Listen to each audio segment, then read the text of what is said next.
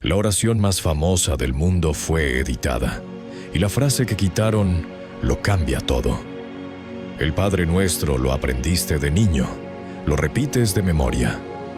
Probablemente lo has dicho hoy sin detenerte a pensar lo que realmente estás diciendo. No nos dejes caer en la tentación. Esa frase no existe así en el original.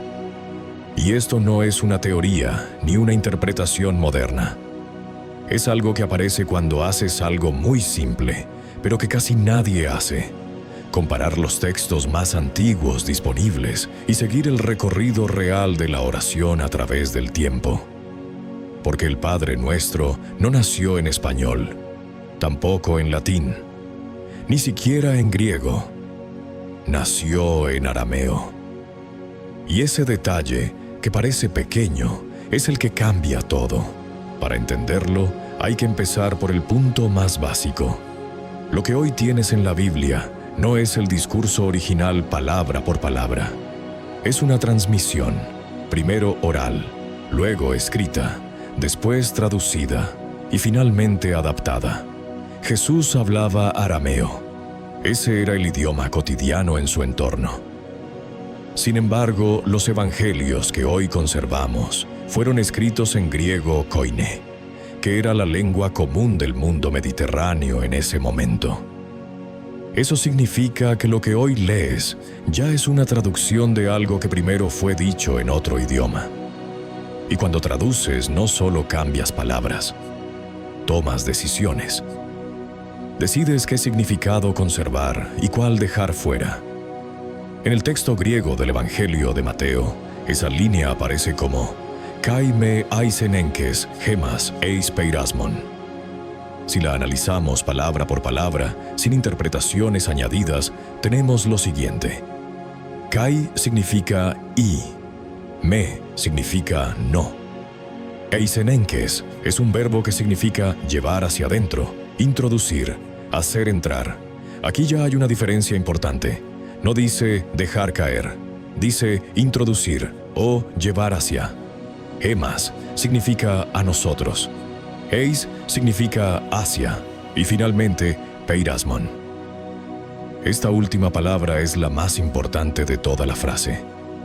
Peirasmon ha sido traducida tradicionalmente como tentación. Pero en el griego antiguo esa palabra tiene un rango mucho más amplio. Puede significar tentación, sí, pero también significa prueba, examen, situación, que pone a prueba a una persona, proceso que revela lo que hay dentro. Entonces, si haces una traducción estrictamente literal, sin interpretación teológica añadida, la frase completa sería: «Y no nos introduzcas en la prueba». No dice caer. No habla de caída, habla de ser llevado hacia una situación. Y eso cambia completamente el sentido. Ahora viene el punto crítico. Si tomas esa traducción literal, aparece una tensión lógica dentro del propio texto, porque entonces la frase sería: «No nos introduzcas en la prueba». Y eso plantea una pregunta inevitable. ¿Por qué alguien pediría que Dios no lo lleve a una prueba? ¿Significa que Dios podría hacerlo?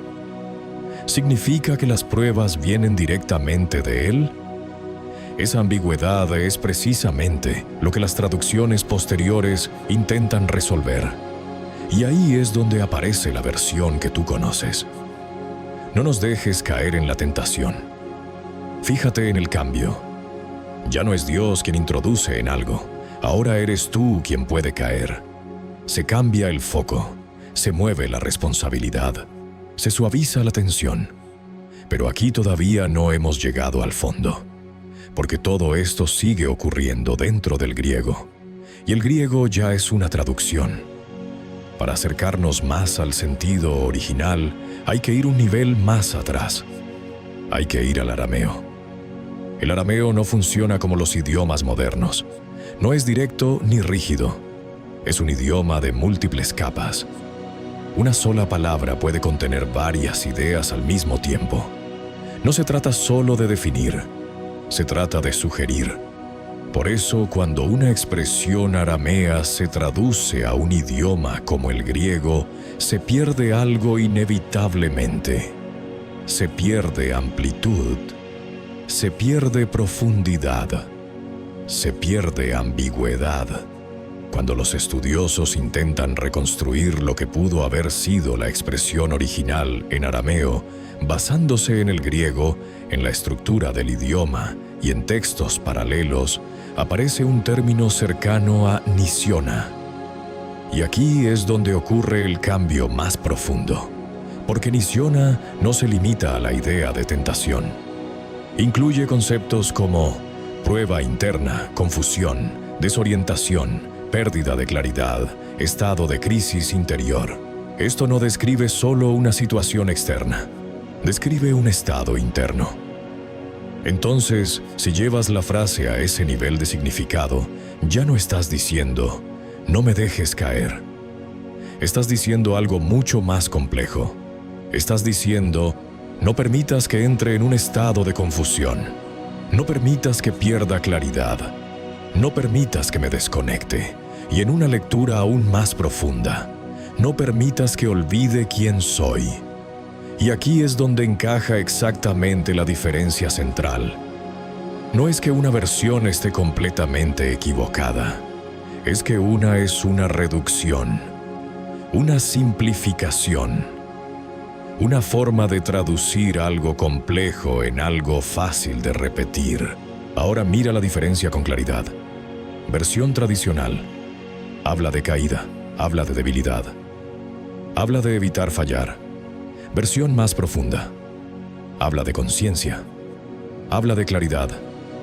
Habla de no perderse internamente. Una se enfoca en el error, la otra en la percepción. Y esto no es un detalle menor, porque cambia completamente la forma en que entiendes la oración. Cambia la posición desde la que la dices. Cambia incluso la relación que tienes con lo que estás diciendo. Y esto es solo una frase. Todavía no hemos tocado el inicio de la oración, porque ahí ocurre exactamente lo mismo. Y en algunos sentidos, incluso más fuerte. Ahora vamos al inicio de la oración. Padre nuestro que estás en el cielo. Esta frase parece simple, pero cuando la analizas con el mismo método que usamos antes, ocurre lo mismo. Cambia completamente. En el texto griego aparece como Pater Hemon o En toi Uranoa. Vamos a desarmarlo. Pater significa Padre. Hemon significa nuestro. Oen significa el que está en. Y aquí aparece otra palabra clave, Oranoa, que normalmente se traduce como cielo, pero en realidad está en plural, cielos. Esto no es un detalle menor.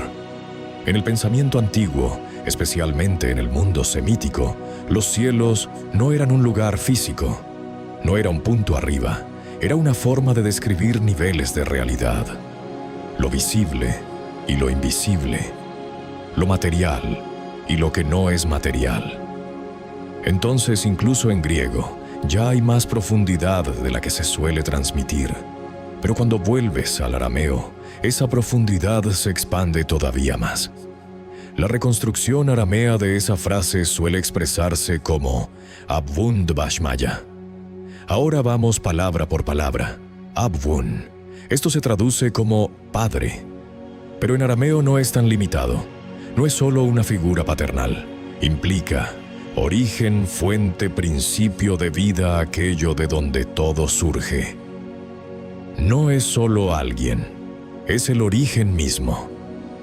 Ahora la segunda parte, Bashmaya.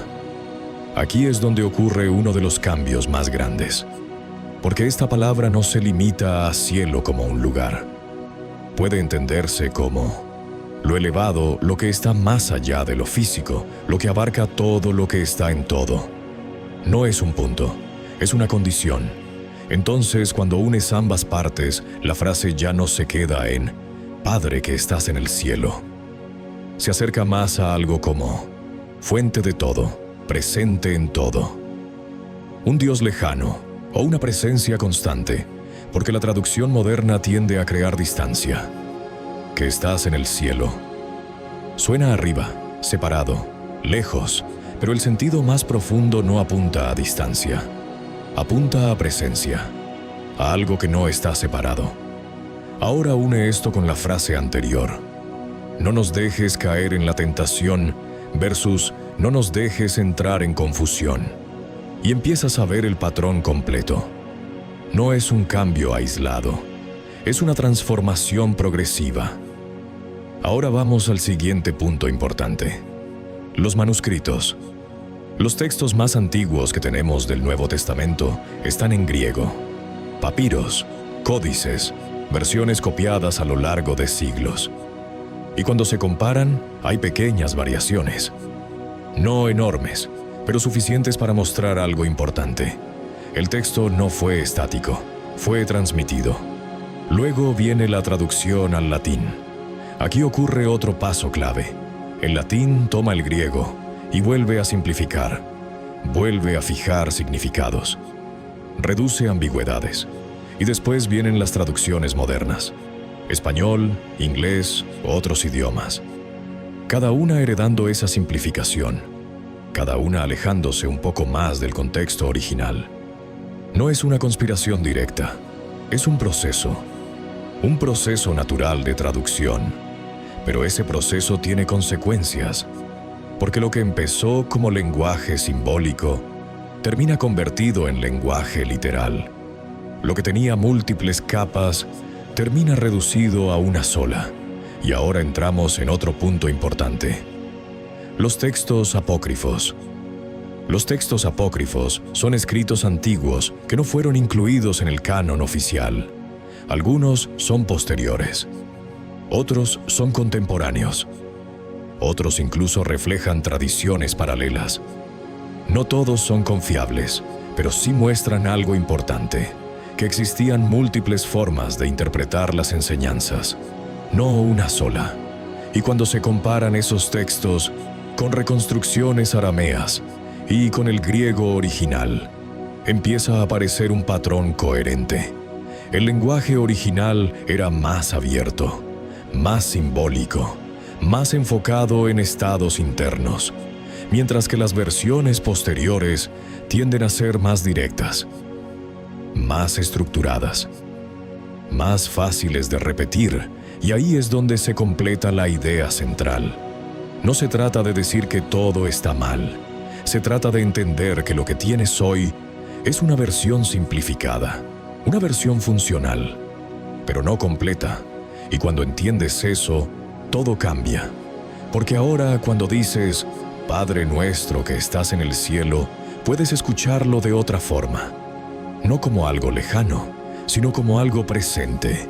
Y cuando dices, no nos dejes caer en la tentación, puedes entenderlo de otra manera.